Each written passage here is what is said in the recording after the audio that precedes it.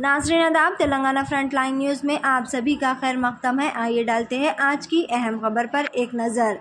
आज बतारीख 23 अप्रैल को BRS party Chevella MP उम्मीदवार के गानेश्वर मुतराज ने एक बहुत बड़ी रैली के ज़ेरे एहतमाम राजेंद्र नगर में वाक़ एमआरओ ऑफिस पहुंचकर अपना नॉमिनेशन फाइल दर्ज करवाया, जहां इस दौरान मेहमान खुसूसी के तौर पर BRS party working president KTR, Rajendra Nagar MLA Prakash Goud, Maheshwaram MLA P Sabitha Indira Reddy के अलावा दिगर कायदीन ने इस रैली में शिरकत की।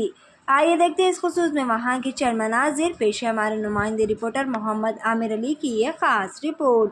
इसी तरह की मज़ीद ताज़ा तरीन सूरत हाल से वाकिफ रहने के लिए चैनल को लाइक करें, शेयर करें, सब्सक्राइब करना ना भूलें। 2 లక్షల రుణమాఫీ చేస్తామని చెప్పడం జరిగింది. అదేవిధంగా రైతు బంధు కానీ 10కి 15 ఇస్తామని చెప్పి 15 అవి లేవు, లేవు. ఒకటి కాదు, 2 కాదు.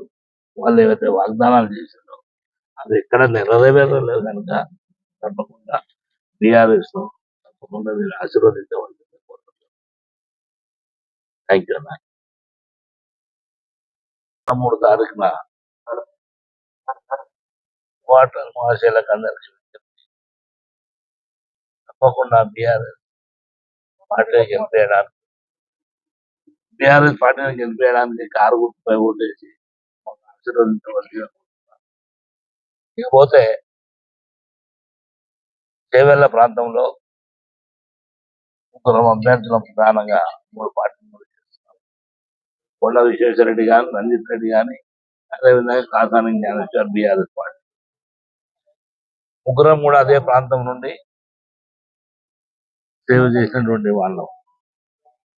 ఉమ్మడి రంగారెడ్డి జిల్లా లోపల 2001 నుంచి 6 వరకు జిల్లా పరిషత్ చైర్మన్ గా నేను అక్కడ చేయడం జరిగింది.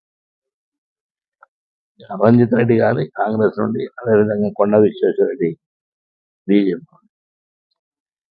ముగ్గురం కూడా అదే ప్రాంతం నుంచి టీఆర్ఎస్ కానీ, బీఆర్ఎస్ కానీ, మన బీఆర్ఎస్ అందరూ కూడా అక్కడే సేవలు చేసినటువంటి సందర్భం.